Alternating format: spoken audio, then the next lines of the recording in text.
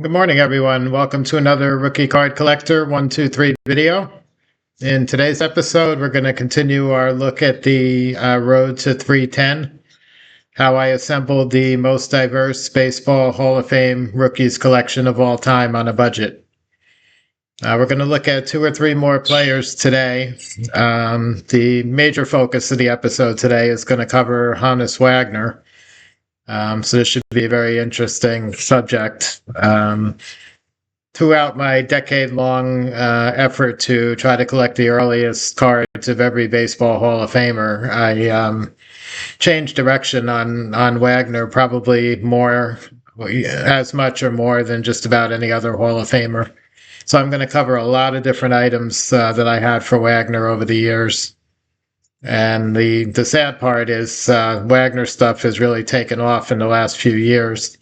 And of course, I sold this entire collection back in 2014. So in today's world, a lot of the items that I had for Wagner back then, had I still kept them and still have them today, would be worth quite a lot of money. But unfortunately, they're all gone. So anyway, beginning with Wagner, one of the biggest pre-war Hall of Fame inner circle members to go after, usually one of the more expensive, even back in the day when I was putting this collection together.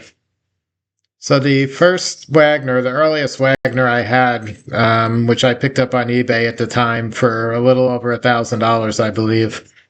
It was a W555. So it was one of the earliest, it might be the earliest strip card that was produced. Back then, it was dated 1907. That date has since been revised. I think currently it's cataloged as a 1909 or maybe even 1910 issue. These were very small black and white player images, mostly portrait type images, and they were part of a candy box. So they were sort of like the baseball bats or the orange borders that were produced around 1910 or so. And the Wagner image was, it was the head, basically the head part of his very famous caramel candy card that's been repeated many times over and over again in different caramel sets primarily. So the W555 Wagner, I had that one. It was, like I said, it was dated 07 back then, so it predated most of his other more commonly found caramel cards and such. I was aware that the real key Wagner rookie was going to be either the Bryce Williams card, which was the 1903 to 04 E107, or the W600, the Type 1 version from the Sporting Life Cabinet series. That was the one where he's pictured in street clothes and a business suit. And those types are differentiated on the bottom of the mount where the photo is mounted onto. The Sporting Life has their advertising logos. And over the years, they changed those logos 4 different times, and that's how we can identify approximately what year each one of those W600s was produced. They were distributed, however, for about 10 years, from 1902 all the way out to about 1911. So even though a card might have been produced and been a Type 1 and produced the earliest in 1902, they were still being distributed over the years up until that end time frame, 1911. So anyway, back to the Wagner. So the W555 candy box card was the first one I had. I was starting to say it's a black and white image. It's basically square and it was very small. A little bigger than the Bag-O chocolate cards that had a similar type of shape. But the Bag-O chocolates were real photographs. Those were the 1930 Cuban issue. The W555s were printed duotone type cards, just as all the other cards that were printed on the candy boxes back in that era were. So I had that one. I was always on the lookout for the W600 or the Bryce Williams Wagner. Even back then, though, those were probably $10,000 cards. They were in 5 figures at that point still. And so my chances of picking one of those up was not very good. So I kept my eyes out, and maybe a couple of years later, two years later, I came across a fan craze, which is the playing card game, where they produced two sets, one for the National League, which is where Wagner played for the Pirates, and one for the American League. And the National League set was in 1906, which was at that time 1 year earlier than the W555 that I had, which was in '07. So I ended up picking up. It was a pretty decent grade for my collection. I had a lot of ones and twos, as I mentioned several times before. This was, I think, a six. It was a PSA 6 that I purchased, and it was a little over $1,000. Of course, everything being relatively inexpensive back then. So I pick up the fan craze, and now I had an '06 Wagner, and still hoping to one day somehow try to get that Sporting Life cabinet or Bryce Williams. So I had that fan craze for several years, probably 3 or 4 years, and around 2009 or so, I came across a Pirates team. I'm going to call it a team card. All the way up until the point I sold it, I never really knew exactly what it was. It was smaller than a postcard, but kind of along those same lines. And the back of it was blank, and it had the 1902 Pirates team. It's an iconic image that was used in several books and all, picturing the 1902 Pirates, with identifications below and everything. The card I had just had the image. It didn't have any identifications, but it was easy enough to look up who the players were. They were documented. So I ended up picking up that card on eBay it was around $300 or $400. The seller wasn't sure exactly what it was. I owned it for a couple of years. Never really figured out where it came from or anything. It was kind of strange. I know there's a seller on eBay that recently, as the end of 2025, had it listed on there, and kind of with the same background, not sure where it came from, kind of thing. Except now it's listed on there for a couple of thousand or maybe more even, compared to the few hundred that I paid and sold it for back in the day. So that was a 1902, like I said. So I had that pirate team item, whatever it was exactly, and still on the lookout for something earlier.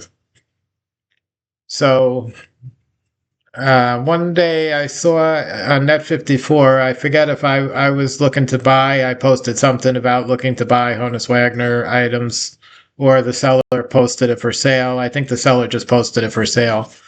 But it was in the memorabilia section on the buy, sell, trade on Net54, and it was a pinback button, which at that time I didn't have a single pinback button in my collection. I was not really a collector of those. But I saw this in there, posted on F54, and it was a William Patterson, which was not William Patterson. It was Patterson, New Jersey. It was a baseball team.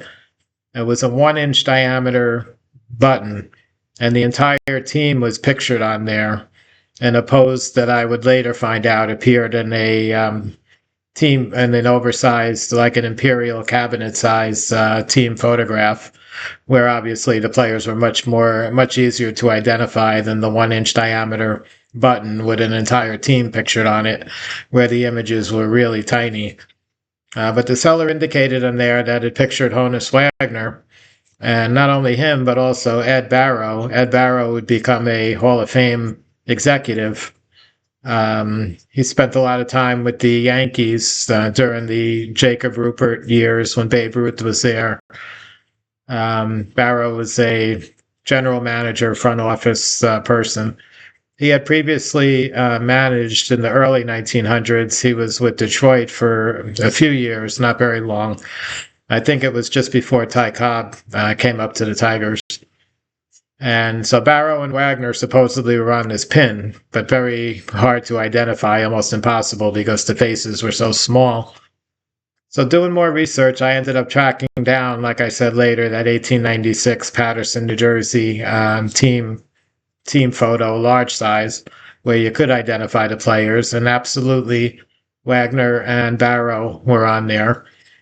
And it was from, like I said, 1896. The back paper on it, if you're familiar with pin back buttons at all, there's usually a back paper that's attached to the inside of the button underneath, and it had Whitehead and Hogue, which at that time was one of the biggest producers of sports buttons, not only baseball, but they also did football and non-sports and other stuff like that. They did a lot of stuff late in the 1800s and early 1900s, including the cameo Pepsin gum pin era.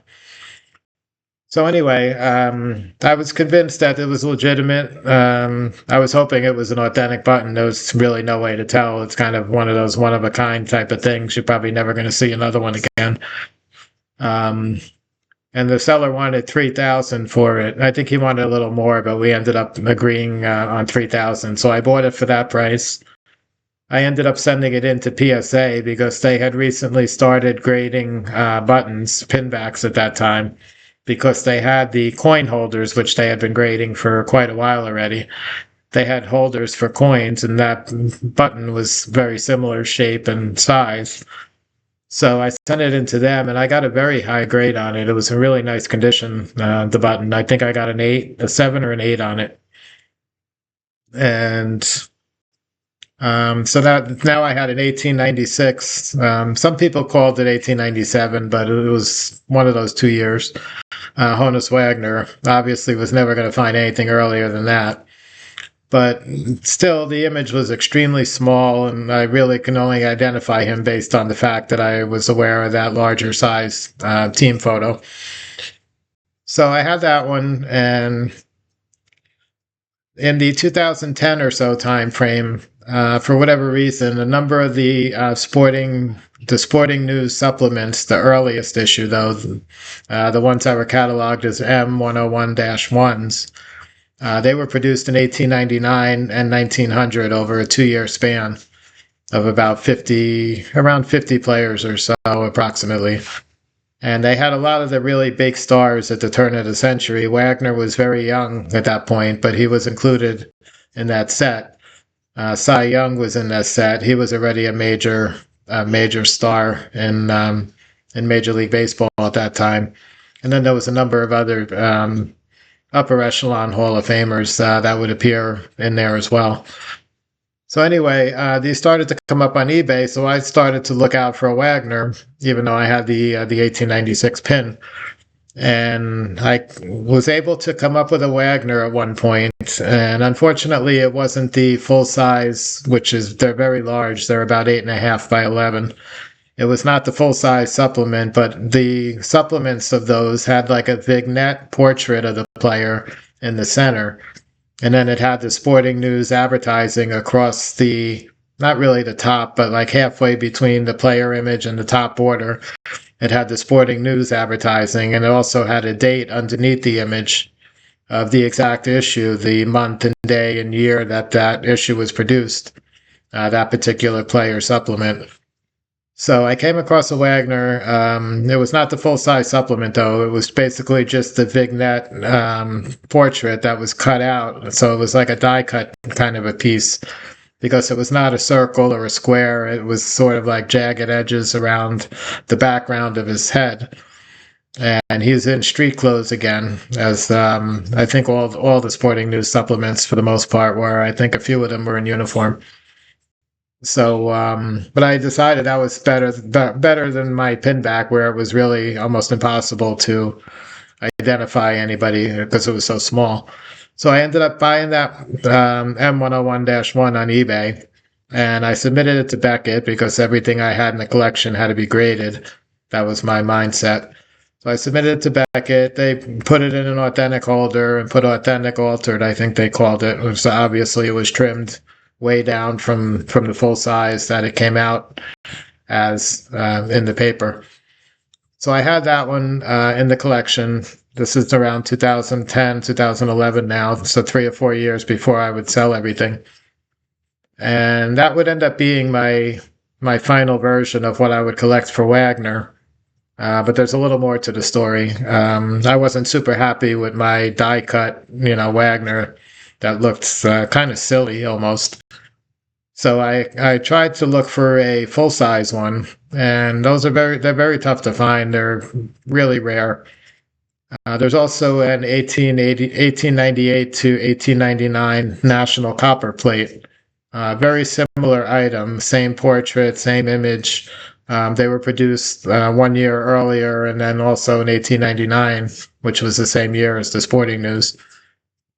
Those are probably rarer than the Sporting News, the M101-1s, but they're also very, like I said, very large. And the grading companies were just only Beckett at that point had a holder large enough to grade a full size supplement. So I was looking for another Wagner. It could have either been the National Copper Plate or the Sporting News version. I didn't really care which one. They were both produced in 1899, so they were both dated the same. So through auctions over the next year or two, I picked up one, and that cost me quite a bit of money. That was one of the biggest items that I actually laid out money for in the collection. At that time, it was about $10,000 or so.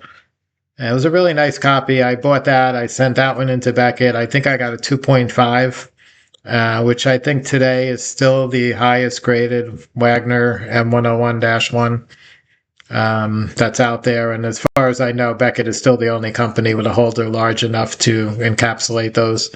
So PSA doesn't grade them, CGC doesn't grade them, SGC doesn't grade them. So I had that second Wagner. So I sold the die cut, and that M101-1 would still continue to be my representation. I just upgraded it to a much nicer copy. And shortly after that, another one came up for auction, and I didn't need it. But at this point, I'm thinking that the Wagner being the 1899, even before the 1900s rookie, is probably a good, not a bad thing to invest in. So I went ahead and I was able to pick up a second copy. This time, it was also in the 10,000 range. I think I might have paid more like 13 for this one. And it was in similar condition. It was a nice copy. And it would have both of those. And eventually when I sold the collection, I sold both of those off. So I had, over the years, I had about 10 different versions of different Wagners. Some of them very low in price when I bought them. Some of them, the last ones, the M101-1s, very expensive. And different things in between, the fan craze and the W555 candy card. They were sort of in the middle. But it was a very interesting road with my Honus Wagner pursuit. And like I said, I wish I had, especially the Sporting News supplements. I wish I still had those, even one of those. Today, those are probably, from the last sales I've seen, were in the 75,000 range. So market's really gone up a lot, obviously. Next player I'm going to talk about in the collection is one of the Negro League guys. This is Sol White.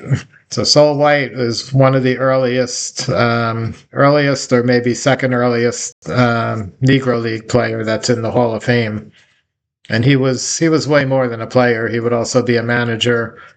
He was also a contributor, I guess you could call it. But he started in the very beginning of his career in the 1880s. He played for some semi-pro amateur teams that basically barnstormed and played other teams, mostly in the Midwest area. And they were integrated. Most of the teams that Sol White played for in the very beginning back then, he was the only African American on the team. Everybody else was white. One of his teams, I know there was a second black player on the team, but for the most part, it was him and all other white players. So the initial rookie I picked up for him, which is in my 4-Sport Hall of Fame rookie card guide, is one of the Lachlan cards, which is ones I picked up often in the beginning for these Negro League players. So Sol White was not in the original first set, the 74 Lachlan old-time Black Stars. He would appear in the second series, which is 78, and they were called Long Ago Black Stars. It's a green and white, green and gray, I guess, a green and light green background duotone card. And it's a caricature card, like a cartoonish type of drawing by the artist Robert Lachlan. He's the one that produced these sets. So I picked up that Soul White. It was not easy to find. The second series, the 78 Lachlans, are actually quite a bit harder to find than the 74s.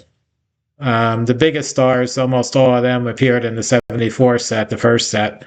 So the 78 set, I think when people saw the checklist and the names weren't as big, they probably didn't sell as well. Just my guess. Maybe Lachlan didn't produce as many as if he saw the sales were not up to par with the earlier issue. For whatever reason, there seems to be much less of the 78 Lachlans than the 74s. So the Soul White was not easy to find, but I picked one up. At that time was probably between $50 and $100 or so. And that was my representation. Soul White last played around 1910 or the late 1900s, the first decade of the 1900s. So obviously it was a very long time after he was retired and all. But that was my Soul White rookie. So I had that, and doing some research on looking for some Negro League images and all on the internet, because back then, it was a lot more difficult to find things. When you did a Google search, oftentimes not very much came up. But I was looking for some early Negro League team images and things like that. And I came across a book which had a bunch of these images in it. And it turned out to be a paperback book, and the author and publisher was Soul White. He self-published this book along with help from another individual, and I forget their name. But it came out in 1907, and it's basically describing everything about early black baseball, from the teams to the players to how the game was played. And probably the earliest reference to strictly African American teams and baseball. And it has a nice image of Soul White in a suit and a business clothes on the cover. And I looked into it because I wanted to get this book, and I figured if I get this book with White on the cover, that's my Soul White images from 1907. That's way better than the 1978 Lachlan card, even though it's a book. I was pretty up when it came to Negro Leaguers. I was pretty up for almost anything that had an image on it. It had to be original, and it had to be, career contemporary playing days. So that fit my criteria. So I started looking for this Soul White book, and pretty quickly came to realize these are extremely rare. And I was able to track down a couple of copies. One of them was in the library. I forget the name of the library, but it's in Harlem, New York, and I lived in New Jersey, so I was not that far away, but wasn't too sure that going to the Harlem, New York library and trying to see if I can possibly work out a deal to buy this book from the library, I wasn't too sure that was going to be such a good idea for me, so I never ended up doing that. But over the years, the different auctions that I followed and stuff, eventually a Soul White book came up for auction, and I was fortunate enough to be the high bidder. I paid a lot of money for it, for a book. I guess those people that collect rare books, maybe this wasn't such a large amount of money, but I thought it was. I think I paid about $6,000 for the book, but I ended up getting it, like I said. So I had that Soul White. And I was aware a few years prior to that, maybe in the mid 2000s, like 2005, 2006 or so, REA in one of their auctions sold some Negro League team photos. And there was two different Soul White team photos. One of them was that would be considered a Type 1 photograph today, but they were not documenting photographs as Type 1, Type 2 back then. So it was a real original team photograph, I guess you would call it. And then the second one was a cabinet card, which was a real photograph mounted on a cardboard backing. One was from 1884. It was a team called Bel Air. And the other one was from 1887, the cabinet card, which was a team called Wheeling. I think they were out of Virginia or West Virginia. And those had sold, and this was before I was seriously into the Negro League stuff. So the Bel Air, the 1884 item, which I would have preferred if I had a choice between the two. The cabinet card is more like a card than the team photo, which was about 8 by 10, let's say. But that stuff is one of a kind. They were both one of a kind as far as I know. So that stuff is so rare. You kind of take what you can get when you can get it. So the Bel Air photo came up for auction again around 2010 or so, 2011, and I was fortunate enough to end up buying that. So that was from 1884. So that prompted me to sell the book I had from 1907, and the 1884, which I believe is the earliest Sol White baseball-related item that exists. That ended up being my final Sol White representation in the rookie collection. So I was maybe going to cover somebody else, but I see we're at 26 minutes, so I'm going to end the video for today at this point. Looks like there's three more Inner Circle Hall of Famers to cover, so it might be either one or two more episodes to finish up this Road to 310 series.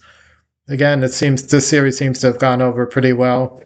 A lot of people like the stories and the various different items over the years that I was able to acquire, and a large variety of various different things. That's what prompted this whole video series to start with in the beginning.